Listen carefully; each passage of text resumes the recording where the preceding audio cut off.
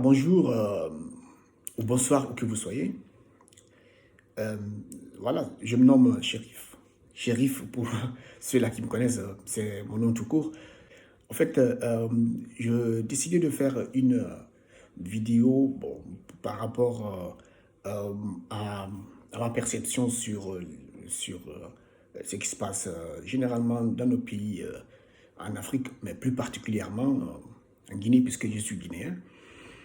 Euh, voilà, vous savez que si nous parlons des problèmes de chez nous, nous avons toujours l'impression que c'est nos dirigeants, ceux-là qui nous gèrent, qui ne font pas leur travail et qui fait que on se retrouve, nous tous, dans cette difficulté disons, dans la pauvreté qui est caractérisée par ces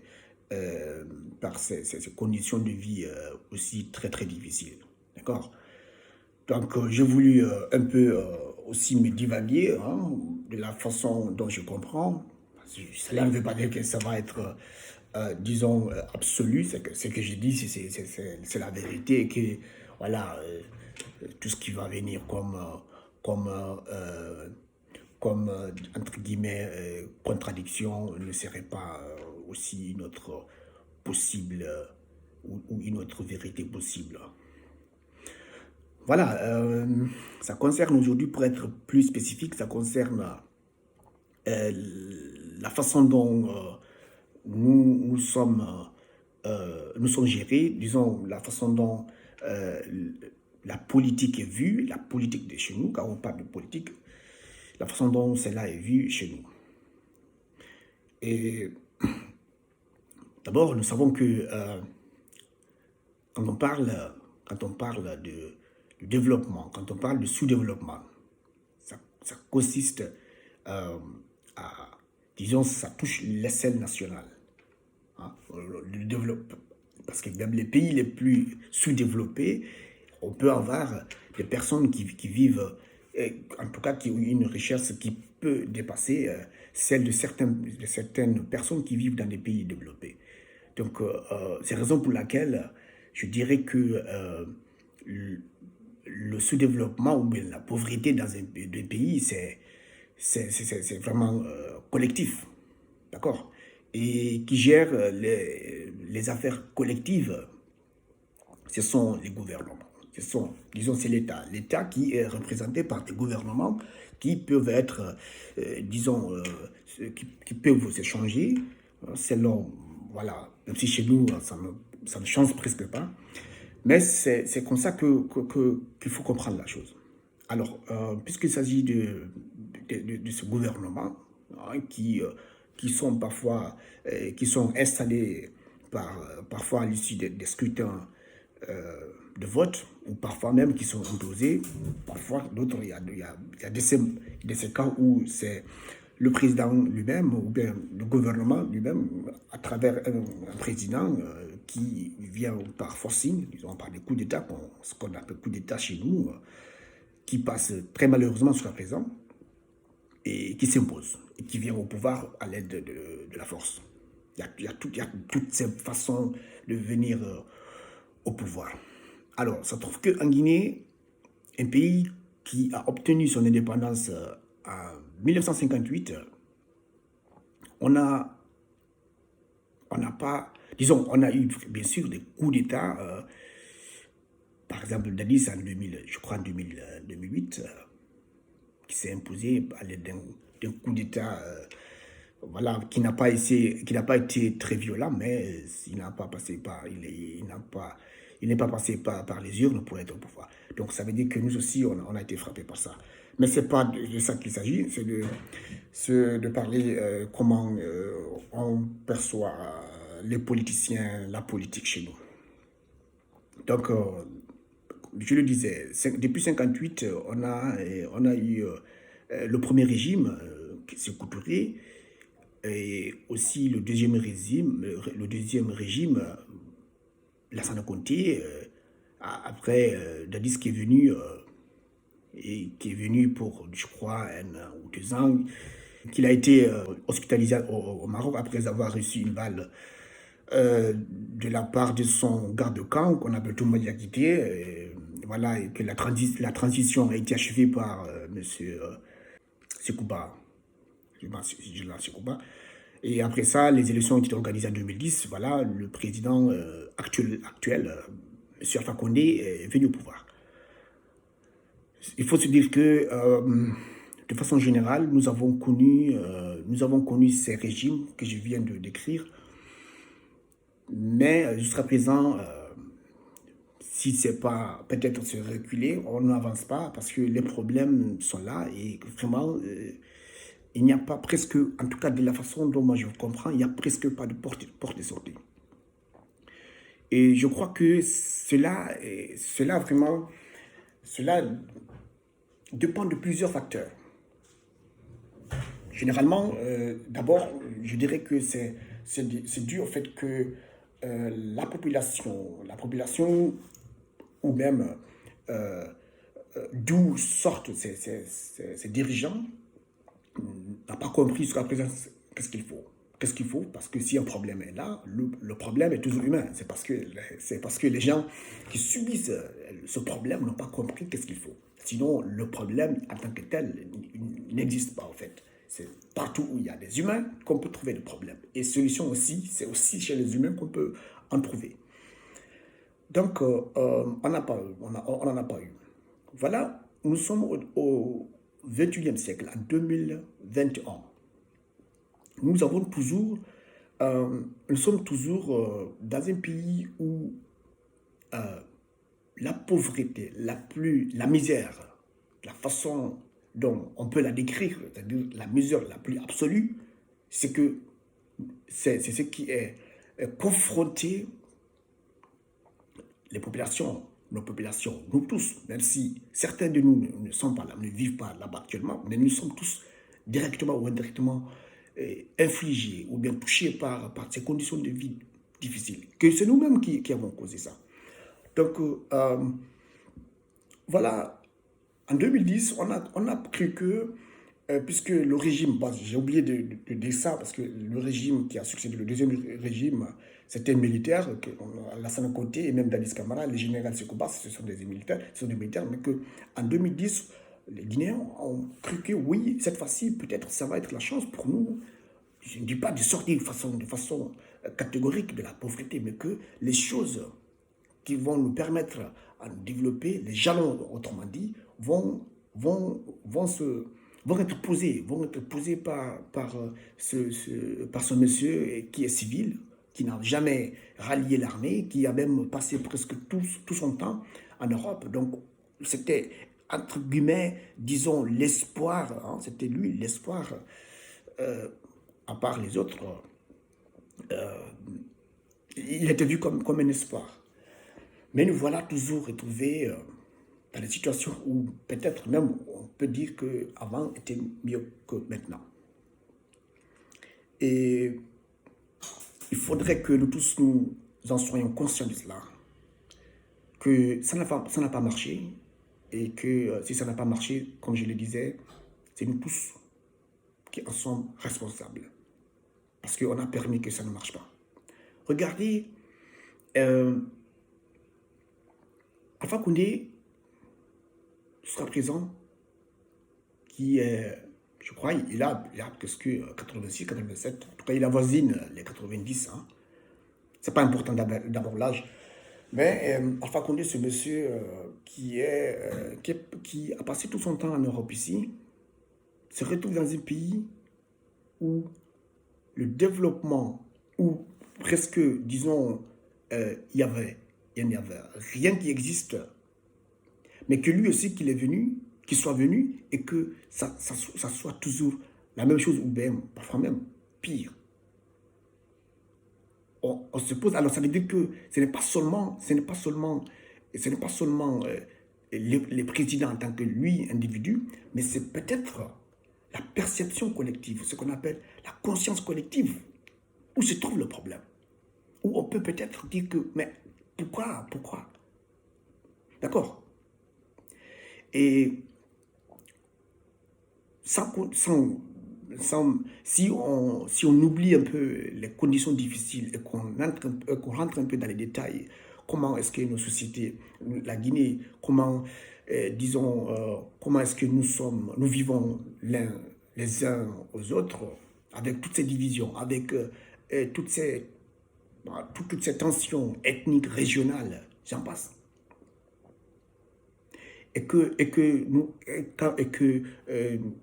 nous pensons que ce sont les mêmes personnes qui ne partagent pas les mêmes, les mêmes sentiments pour le pays, les mêmes sentiments patriotiques, ce sont ces mêmes personnes qui sont appelées à faire avancer le pays. Vous comprenez que cela est déjà, c'est déjà une chose qui peut tout de suite faire stopper tout développement, tout avancement. Parce que quand je parle de développement, c'est un peu fictif.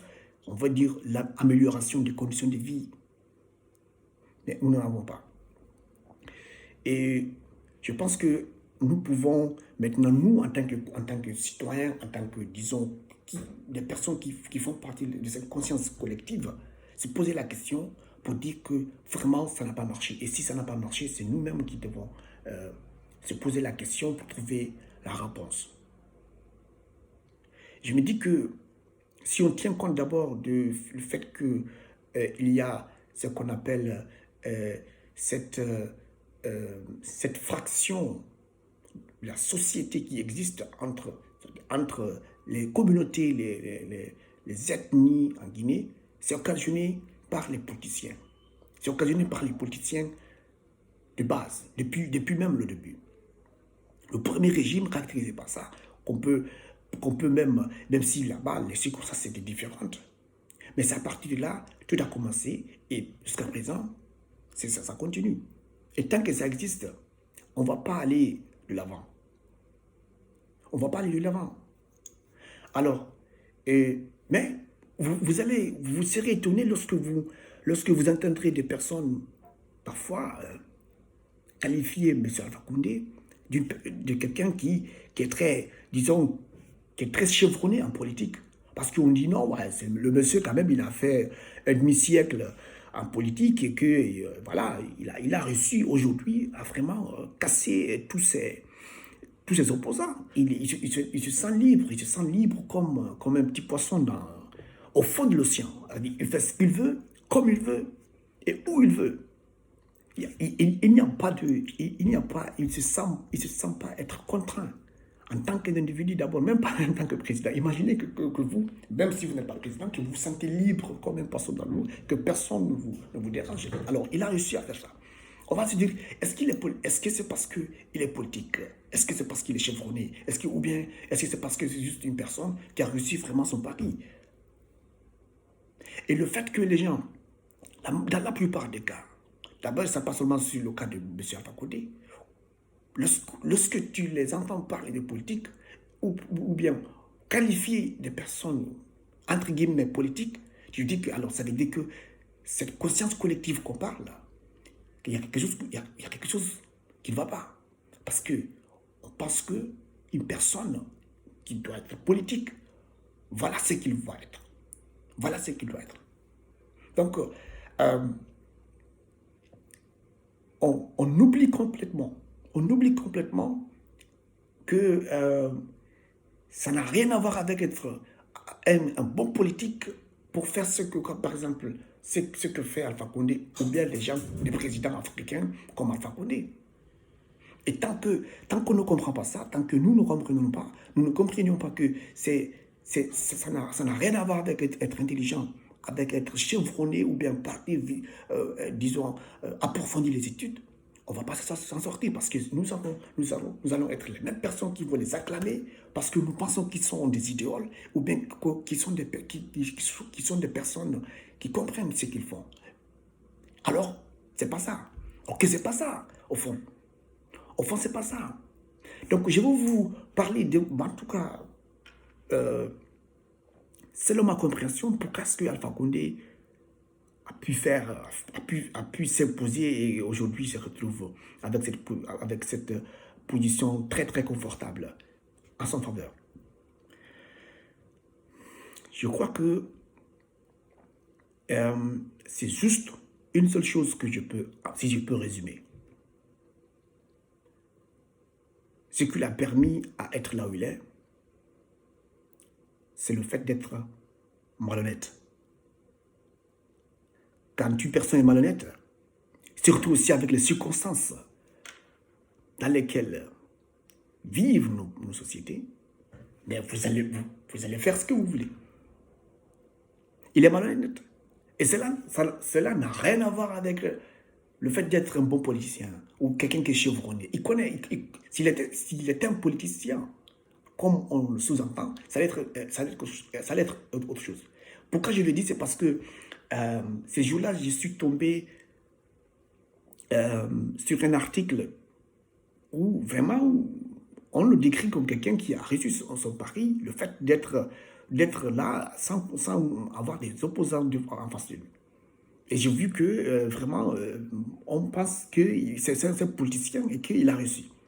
C'est ce qui me pousse de parler ça aujourd'hui, de faire aussi, entre guillemets, mon commentaire. Alors, je disais que s'il a réussi à le faire, c'est parce qu'il est simplement disons, un malhonnête. S'il n'était pas malhonnête, ça n'allait pas être ainsi. Donc, pourquoi la malhonnêteté peut justifier ça? Regardez, quand il est venu au pouvoir, il a dit non, que lui,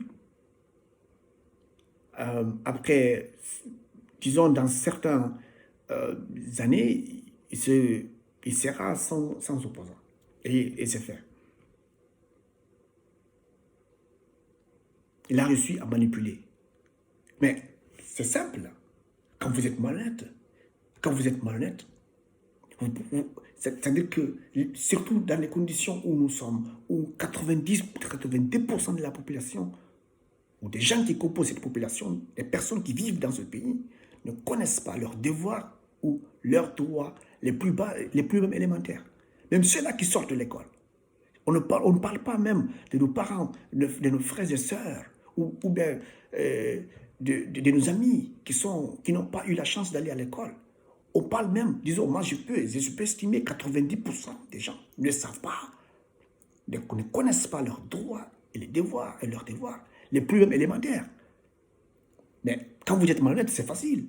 Alors, et que vous vous retrouvez dans ce pays-là, dans ces conditions, vous pouvez faire ce que vous voulez parce que c'est déjà ça. Vous pensez que ceux-là qui font du bien dans les pays aussi très reculés comme chez nous, vous pensez que ceux-là, vous pensez qu'ils ne le font pas avec intelligence? Parce que ce qui est plus difficile à faire, c'est de faire le contraire du mal.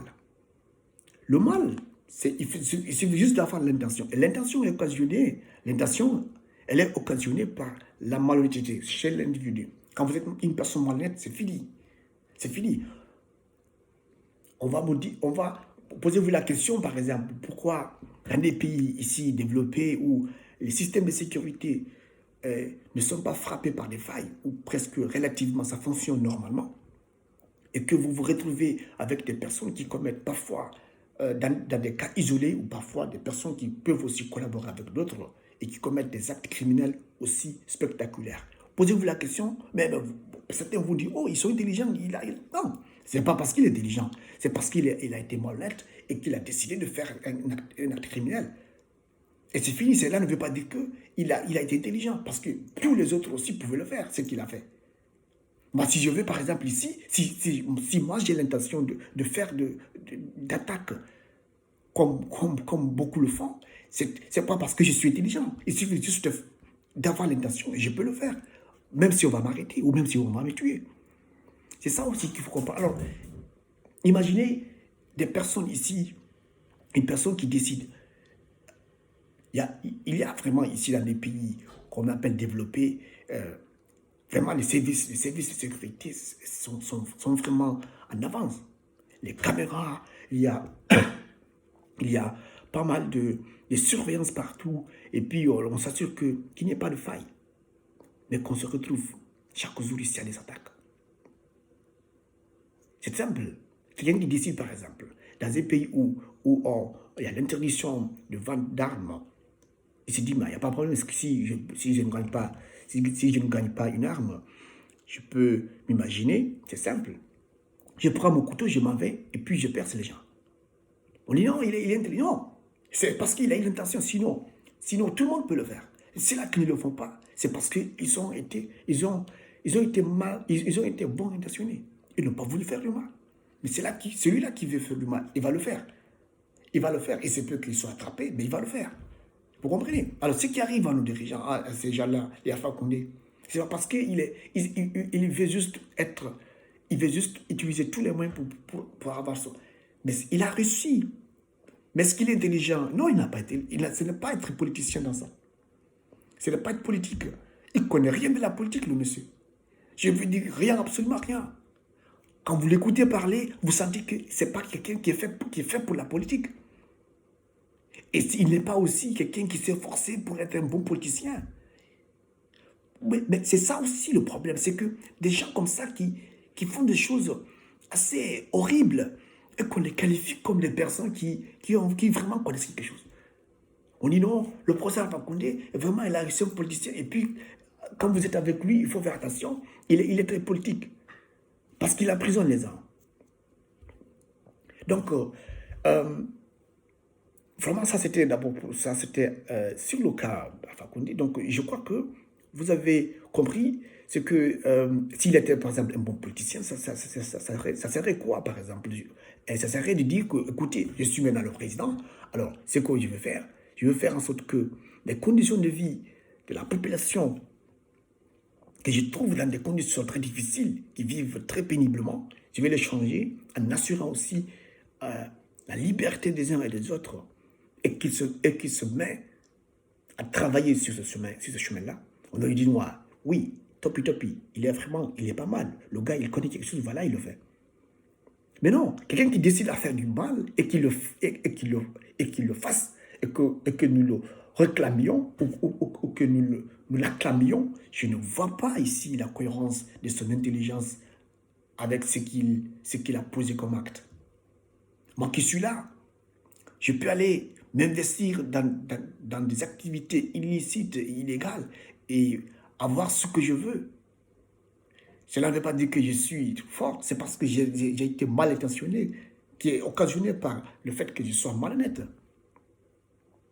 Je peux aller en Afrique, par exemple, manipuler des personnes avec des miettes d'argent et que vous obtenez, par exemple, et regardez les politiciens, par exemple, pendant les campagnes, qui partent avec quelque chose qui ne vaut rien, des sacs de riz, d'huile, parce qu'ils ont affaire à des gens qui n'ont pas de manger et qu'on essaye, on réussit à les manipuler. On dit, non, voilà, ils ont voté, ils ont fait la politique. Donc on sent que ici, la conscience collective, elle n'est pas mature. Et que tant que c'est comme ça,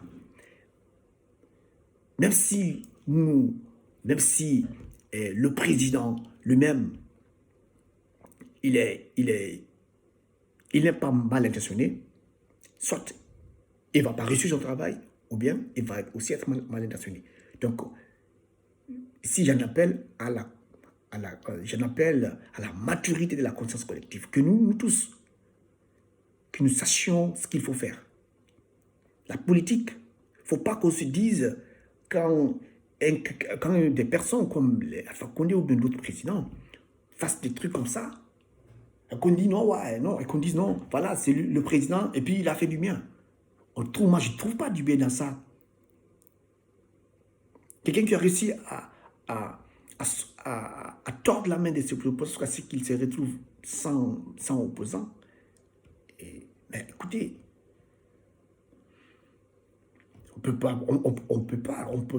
dans les conditions normales, qualifier d'une personne, de quelqu'un qui est vraiment, qui est un politicien chevronné, comme je l'ai vu dans cet article. Voilà,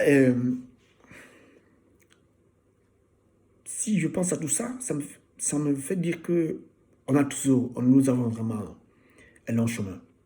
Nous avons un très long chemin à parcourir pour pouvoir arriver à un point où où on réussira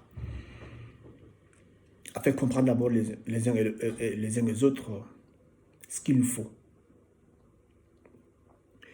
D'abord, pour le cas de la Guinée, je crois que jusqu'à présent même, nous avons raté d'ailleurs tout. Nous avons raté tout. Si nous voulons revoir cela, il faudrait que, voilà, j'étais sur le point d'en appeler la conscience collective pour pouvoir vraiment savoir ce qu'il faut. Et je suis aussi très concerné sur le fait que jusqu'à présent, nous tournons autour de ces problèmes des problèmes politiques généralement, et que jusqu'à présent, on n'en trouve pas de solution et je ne vois pas encore, même dans le futur, une porte de sortie.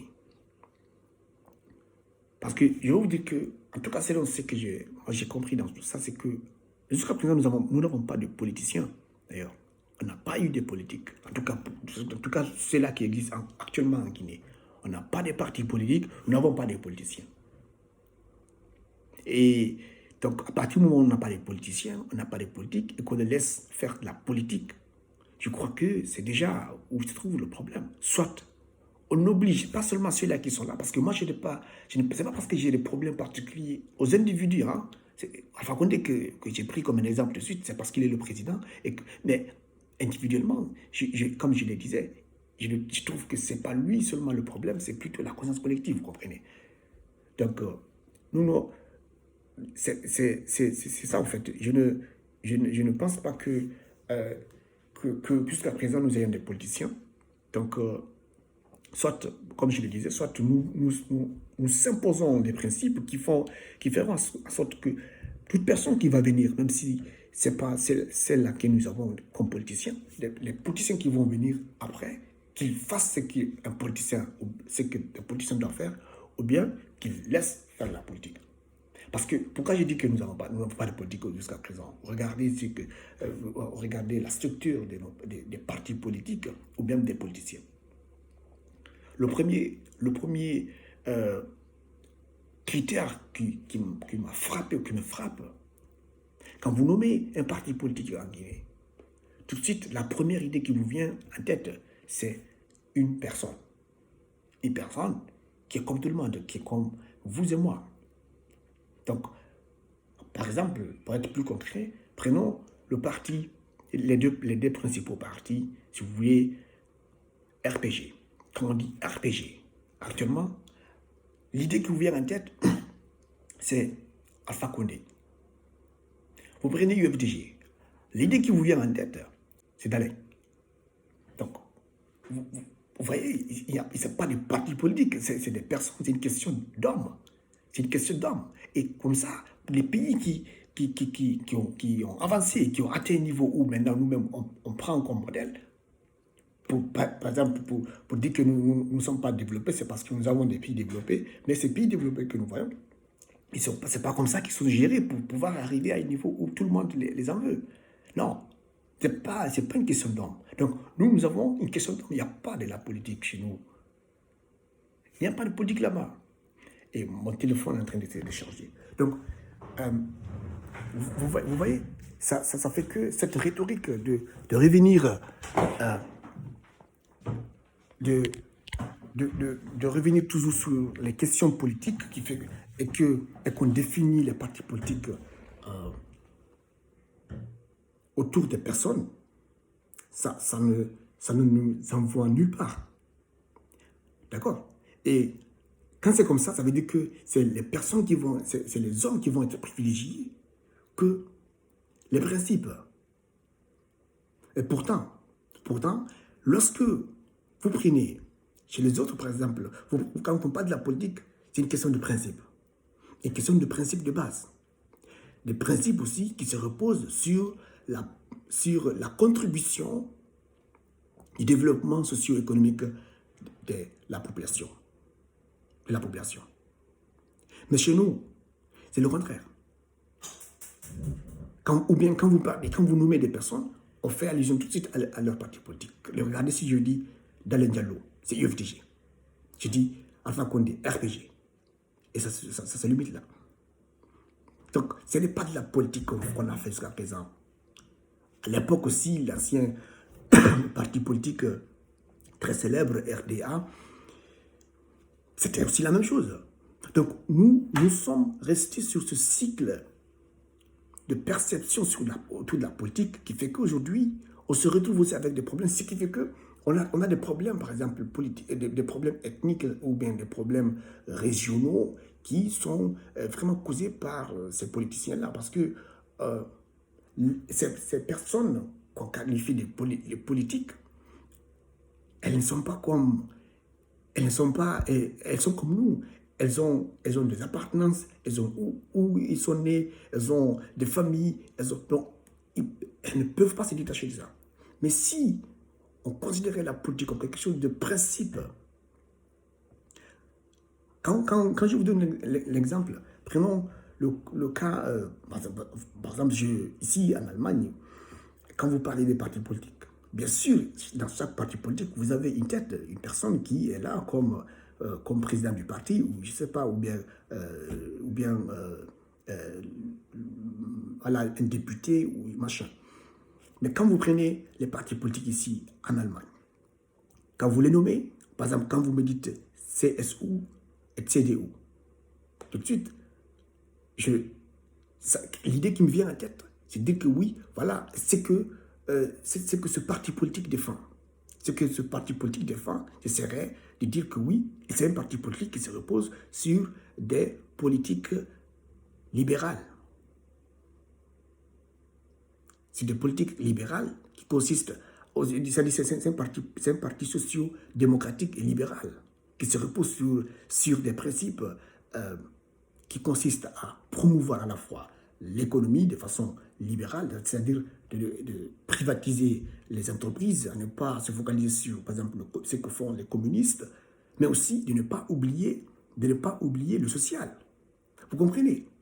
Donc, c'est des principes-là. Maintenant, bien sûr, vous pouvez avoir, à la fin, vous pouvez maintenant penser, oui, qui dirige ou qui est actuellement le président du parti, ou bien celui-là qui est nommé à la tête du parti. Oh, vous pouvez les nommer. Ou bien vous me parlez de FDP. FDP, c'est tout de suite, bien sûr, on peut connaître aussi le nom. Mais quand on vous dit SPD, ou bien vous me dites par exemple le parti SPD, ce qui me vient, c'est dire ah oui, c'est un parti qui lutte pour la cause ouvrière. Et là, cela, c'est pour la cause des ouvriers. Bien sûr, après tout, tous ces partis politiques ont des points communs parce que tous, ils contribuent pour la promotion ou bien pour assurer le développement socio-économique de leur population. Mais il y a des principes sur lesquels ils ne sont pas reliés et que chacun se repose sur une ligne de conduite, autrement dit. On n'a pas tout ça. On n'a pas tout ça chez nous. On n'a pas tout ça chez nous. Même si vous me parlez, par exemple, le parti ici, politique, qui est un peu, entre guillemets, un peu haï, ou bien qui est un peu vu comme ultra-droite, qu'on appelle AFD, je peux, tout de suite, quand vous dites AFD, ah oui, c'est un parti politique.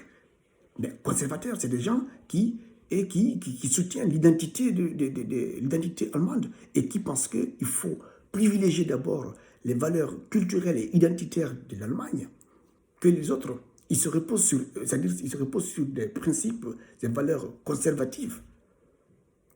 Vous comprenez? Maintenant, vous pouvez aussi avoir des têtes là-dedans. Mais nous, chez nous, il n'y a pas tout ça. Ou bien non, je laisse l'Allemagne parce que c'est un pays, disons, vu mes interlocuteurs, peut-être qui est un peu mal connu, ou bien qui n'est pas quand même très, voilà, très suivi, parce que les informations que nous suivons chez nous, c'est plutôt française que allemande. Mais quand on prend le cas de la France, prenons, quand on dit la République en marche, qui est créée tout récemment par le président actuel, Macron, bien sûr, c'est Macron qui a créé, qui est à la tête, mais c'est fondé sur des principes C'est-à-dire que lui, c'est un pro-libéral et puis il est progressiste. C'est lui qui défend des valeurs progressistes. Associer l'économie, le social, si vous voulez, c'est un peu comme le CDU, CSU here, ici en Allemagne. Je suis en train de mélanger un peu l'allemand. D'accord? Ou bien, vous prenez le cas de Marine Le Pen avec son Front National.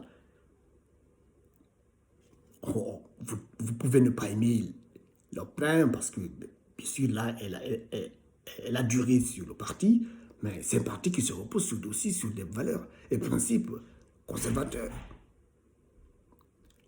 C'est une conservatrice qui défend d'abord les valeurs et les intérêts français. Et ça, elle l'acclame au plus haut fort. C'est ça la politique. En fait, la politique, c'est quoi? Les partis politiques, ça consiste à faire quoi? Ça consiste à porter une vision dans le but de contribuer au développement socio-économique. Une vision, une perception.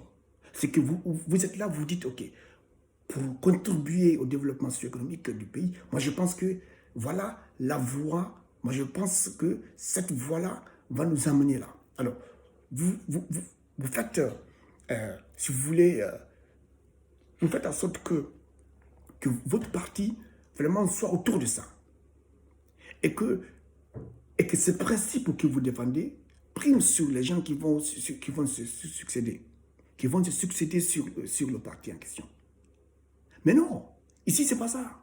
On dit, par exemple, quand vous parlez UFDG, vous dites c'est Lamine Diallo, c'est fini. 90% de ceux-là qui le suivent connaissent rien de ce qui vient après. C'est un parti politique qui se repose sur quoi? Rien. Vous parlez de RPG, par exemple. Je nomme ces partis parce que ce sont les principaux partis politiques. On ne parle pas des partis de Kassori Fofana ou bien... D'ailleurs, vous voyez, peut-être, c'est peut que même le nom de ces partis politiques de Kassori Fofana ne me vient même pas en tête, mais plutôt on dit parti de Kassori Fofana, si on peut le nommer comme ça, il a un nom, ou bien Lansana Kouyaté, ou bien les choses comme ça. Il n'y a qu'une question d'homme. C'est-à-dire, on ne fait pas de politique, c'est une question d'adversité humaine. Une question d'adversité humaine.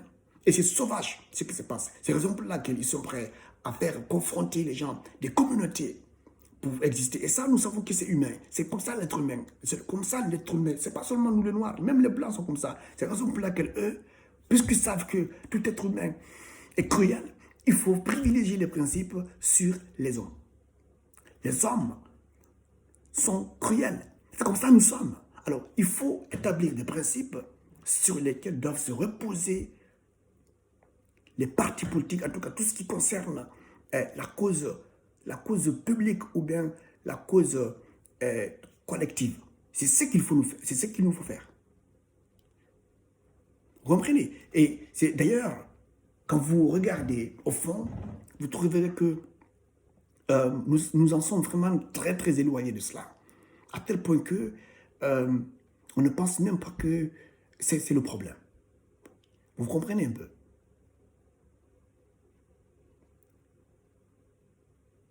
Vous voyez, aujourd'hui, nous avons des partis politiques à l'échelle mondiale. Quand vous prenez, par exemple, les écolos, il y a tellement de partis politiques aujourd'hui en Europe ici, c'est des écologistes et qui aujourd'hui récupèrent des voix chez les autres partis. Mais ce n'est pas une question d'homme. C'est-à-dire que c'est des gens qui ont réussi à établir des principes qui visent à prioriser la nature et le climat, à lutter contre le changement climatique et tout ce qui s'ensuit. Voilà, c'est des principes. Alors, moi, si je suis pour cette cause, pour la cause de la nature, je sais où me rallier. Les personnes qui se succèdent sur ces partis politiques, elles sont éphémères, elles peuvent partir, mais les principes sont là. Aussi on peut les modifier, mais on modifie les principes, pas les individus. On peut les modifier, on peut les adapter aux circonstances, aux époques. C'est ça qu'on appelle parti politique. Ce n'est pas ce que nous sommes en train de vivre là-bas. Et maintenant, quelqu'un qui a réussi à disons, à, à sauter tout ça et qui s'impose par des méthodes malsaines qui a pu même étouffer toute l'opposition. Aujourd'hui, il a clamé parce que vous comprenez, si nous sommes vraiment, on est vraiment impossible si je qualifie comme ça. C'est pas comme ça, c'est pas comme ça qu'on peut contribuer à un développement du pays. Il faudrait que nous-mêmes, nous, en tant qu'être humain, en tant que citoyen, qu'on sache qui doit, qui doit nous diriger, qui doit nous diriger, et pour nous diriger même par qui, plutôt, et qu'est-ce qu'il faut pour être dirigé. C'est nous qui devrions mettre la base. Parce qu'Alpha Condé tel qu'il est, par exemple, c'est parce qu'aujourd'hui, c'est lui qui est au pouvoir. Ça peut que, je sais que dans les conditions dans lesquelles nous sommes, même si Dalein vient au pouvoir, il va faire la même chose ou bien le pire. Parce que les conditions dans lesquelles sont reposés ces partis politiques, c'est vraiment, ça laisse à désirer. C'est désolant, en fait. C'est vraiment désolant. Alors, même si Dalin vient au pouvoir, ça va être la même chose. C'est pas parce que je suis un marabout pour vous le dire. C'est comme ça, vu ce qui se passe. Et d'ailleurs, vous voyez, nous sommes actuellement au XXIe siècle. Et nous avons eu notre indépendance en 1958. Mais nous tournons toujours tous les problèmes. Donc ça veut dire que ce n'est pas Dalin ou bien les catholiques qui vont nous faire sortir de ça. C'est nous-mêmes, la conscience collective.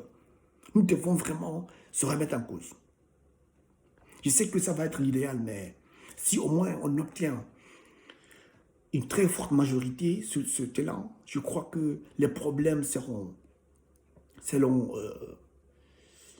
beaucoup diminués.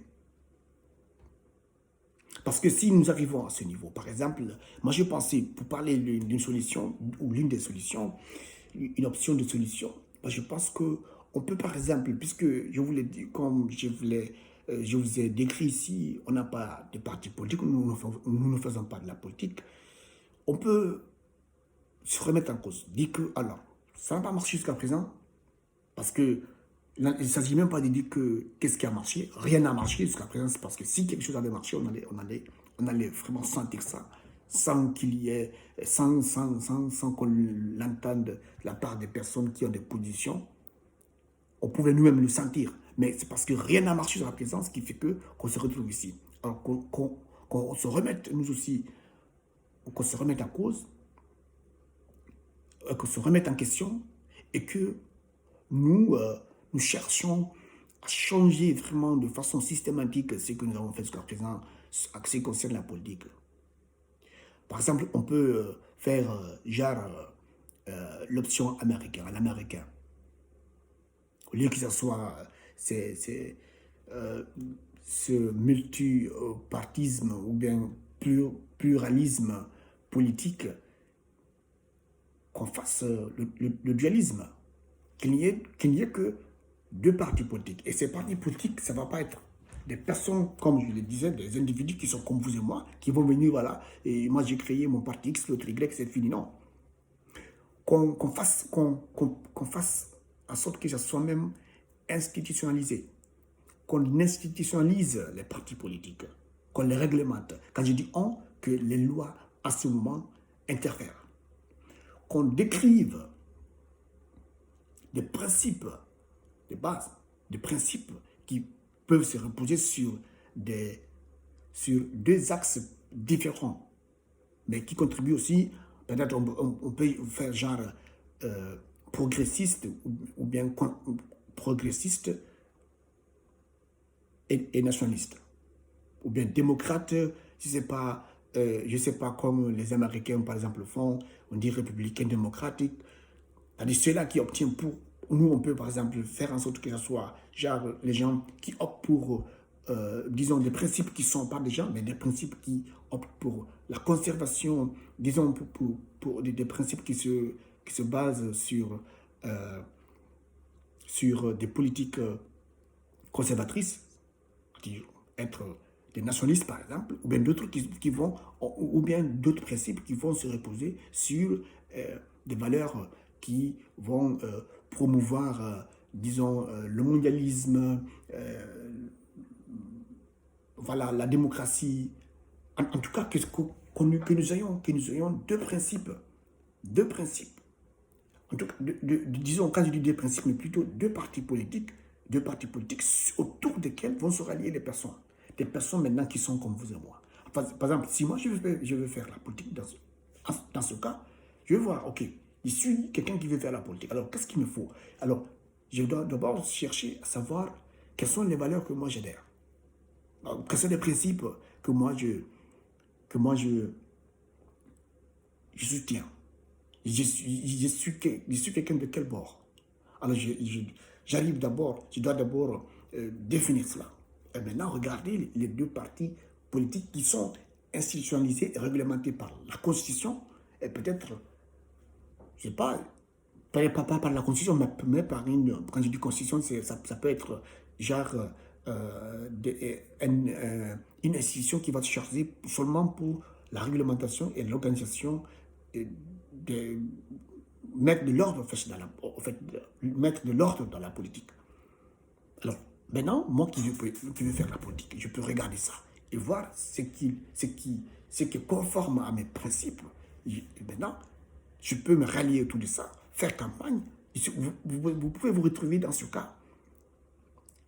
Derrière un parti politique, des milliers de personnes peuvent se retrouver derrière un parti politique. Et comme ça peut être il se peut que ce soit des personnes qui viennent dans tous les bords, dans toutes les régions, qui viennent dans toutes les ethnies. Vous comprenez? Donc ça va être le pays dans sa complexité. Ça va être... C'est-à-dire que là, on ne pourra plus voir quelqu'un qui s'appelle... Voilà, parce que moi, je suis là, j'ai envie d'être malhonnête et chercher à remplir mes poches. Alors, je me lance en politique. Ce que je fais, la première chose, je crée mon parti politique. Je crée mon parti politique. En sachant que je ne suis même pas honnête. Et comme ça, je veux faire en sorte qu'il y ait des personnes qui viennent de la même région que moi, du même village, qui viennent du même village, ou bien qui parlent la même langue que moi, et que ces personnes-là se rallient autour de moi. Et comme ça, je veux aussi manigacher les autres. Que ce soit plus local. Que ce soit vraiment quelque chose de sérieux. Quelque chose de sérieux. Autour de laquelle des personnes peuvent se rallier. C'est ce qu'on appelle la politique. Bien sûr, je sais que ça va toujours commencer par des personnes. Il faudrait qu'il y ait des personnes qui vont sûrement commencer à le penser et d'autres aussi vont se rallier. On va aussi donner une possibilité, bien sûr. Ça ne va pas être quelque chose où on dira que ça va être absolu, mais que la priorité soit sur peut-être on peut faire ça au cours des années et voir dans le futur, il se peut que ça change, il se peut que ça soit une époque où les gens n'auront plus ces sensations ou bien ces affinités régionales, ethniques, hein, familiales. Comme ça, on peut aussi ouvrir la porte pour d'autres partis politiques où vraiment, voilà, chacun aussi, par chacun, mais vraiment que ce soit aussi réglementé, que les gens viennent se rallier autour des principes qui sont là. En tout cas, nous pouvons penser, ou bien, même si on n'impose pas, disons, on n'impose pas des lois sur deux partis politiques, mais qu'on dise, par exemple, que ce soit seulement deux partis politiques. Et maintenant, que les politiciens, ceux qui veulent faire la politique, n'ont qu'à s'organiser pour le définir. Mais en tout cas, la façon, je dis ça, c'est une option. En tout cas, la façon dont nous sommes en train de faire jusqu'à présent, encore une fois, ce n'est pas de la politique. Il n'y a rien de la politique dans tout ça. Je vous ai expliqué ici, il n'y a rien de la politique dans tout ça. Il n'y a rien, absolument rien. Parce que c'est une question d'adversité d'hommes. Mais c'est de façon sauvage parce qu'il faut voir les gens qui perdent leur vie dans tout ça. Il n'y a rien de politique dans tout ça. Vous ne pouvez pas comprendre. Alpha Condé, là où il est comme ça, il a fait presque toute sa vie en Europe. Vous pensez que le fait de dire qu'il va étouffer l'opposition et qu'il puisse le faire, si c'était en France, il pouvait le faire? Non, il ne peut pas le faire, même s'il aura l'intention. Parce qu'aujourd'hui, C'est pas parce que Macron, par exemple, n'a pas l'intention d'étouffer son opposition, comme le font pas mal de dirigeants. Mais la base sur laquelle se repose la société française dépasse ce niveau. Même si vous en tant qu'être humain, c'est-à-dire que les principes dépassent les intentions humaines. C'est ça, c'est ce qu'il nous faut. Quand on arrive à ce niveau, personne, je ne dis pas qu'on ne va pas souffrir, mais vous allez voir toute cette pagaille qui est là, où les gens viennent, voilà, on nous donne des fausses impressions et que ça marche, ça va cesser. Et c'est faisable. Pourquoi les autres ont réussi? Si les autres ont réussi, pourquoi pas nous aussi? D'accord?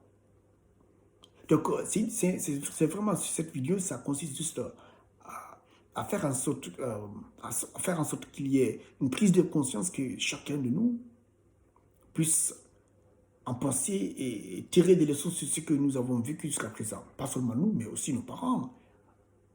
Tout. Et qu'on se dise, ce n'est pas des autres qui ont fait, c'est nous. Tout ce qui nous est arrivé jusqu'à présent, c'est vraiment notre œuvre. Ça peut ne pas être nous-mêmes, mais peut-être nos parents, mais en tout cas, c'est toujours nous, les êtres humains, qui l'avons fait. D'accord? Il y aura sûrement d'autres vidéos, parce que vraiment, je ne suis pas tranquille lorsque je vois tout ce qui se passe chez nous.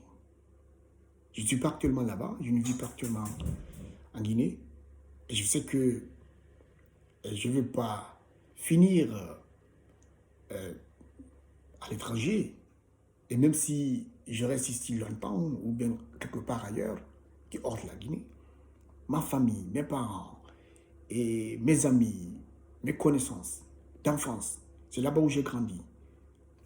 Il ne faut pas tous quitter le pays. Vous comprenez? Donc, nous sommes tous là, nous sommes tous, quelle qu'en soit la distance, nous sommes tous frappés par cela. Ben, bien sûr, il y a des degrés différents. Il y a certains, moi, ils s'en fichent, je dis non, ben, pourquoi pas, s'ils ont qu'à se casser les gueules, ou bien, de toute façon, même s'ils vivent là-bas, s'ils se créent les conditions pour pouvoir lapider l'argent public, ils s'en fichent des autres. Il y a tout ça qui peut exister. Je vous dis, c'est l'être humain, ça. Mais il faudrait que nous mettions en place les conditions qui puissent freiner ça, ou bien qui puissent empêcher à ce qu'une personne avec ses velléités, intentionnelles, ne puisse pas s'imposer. Sinon, on ne va pas sortir de ça. D'accord? Donc, remettons-nous tous en cause.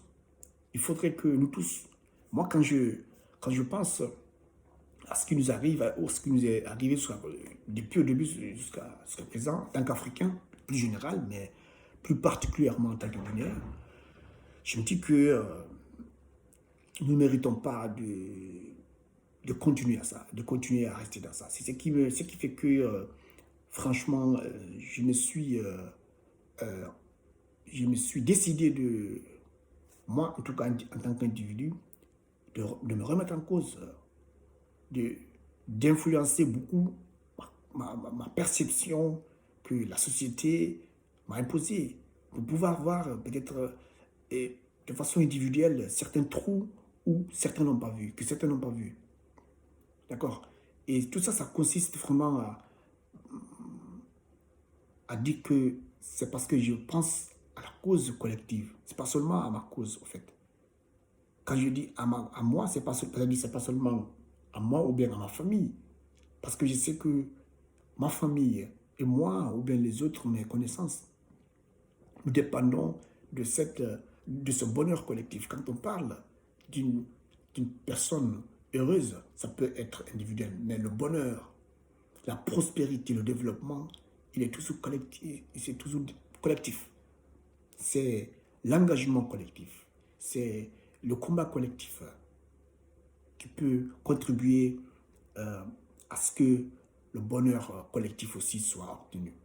Donc nous ne pouvons, par exemple, moi ici, quelle qu'en soit ma richesse, dans un pays comme la Guinée, je ne peux pas accéder à des bonnes routes, seulement moi. Je ne peux pas accéder à des infrastructures de base. Ça, je vais aussi faire une autre vidéo sur les critères de nos vies. Qu'est-ce qui fait que on est qualifié de misère et pas les autres?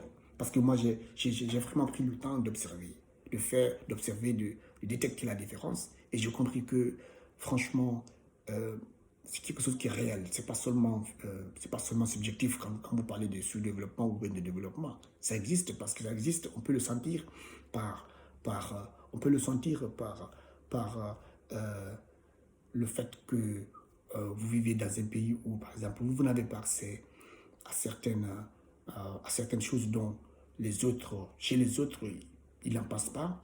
Certaines choses qui contribuent, euh, qui contribuent à l'amélioration des conditions de vos vies. Et voilà, ça peut vous dire que mais, si j'ai accès à ça dans un pays, dans un pays X, pourquoi ne pas avoir accès à ça dans mon pays d'origine? Vous comprenez? Donc voilà. Euh, Ça a été longue la vidéo, mais je crois que nous aurons aussi plus de temps voilà, pour échanger ou pour vous faire part euh, de ma perception sur les choses, sur la société ou en tout cas sur différents points, sur différents sujets. Euh, voilà. Aujourd'hui, je veux me limiter ici puisque je dois aussi faire autre chose. Je vais me limiter ici et encore une fois, j'en appelle vraiment à la conscience collective, que nous tous, franchement, que nous tous, nous remettions en cause. Et que on se dise, les problèmes, c'est pas seulement, ce ne sont pas ces individus que nous voyons, des politiciens, c'est nous-mêmes. C'est nous-mêmes qui devons barrer, pas les politiciens seulement, mais que n'importe quelle personne qui aura l'envie, parce que d'ailleurs, toute personne a l'envie de faire du mal à son prochain, mais que ça soit réduite. D'accord? Voilà, je viendrai encore avec d'autres vidéos prochainement. Je ne peux pas ici faire une promesse d'une date. Ça dépendra, mais je me trouverai des moments de temps en temps et vous faire part de tout ce que je pense sur plusieurs sujets. Ça va être des sujets parfois un peu plus sensibles, voilà. Mais de toute façon, je crois que ça va être aussi compris comme ça et voilà. Merci, merci pour l'attention et le temps que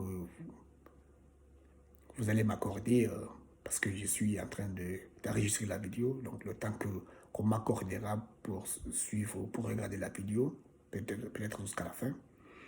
Donc, je vous laisse en espérant aussi vous retrouver prochainement.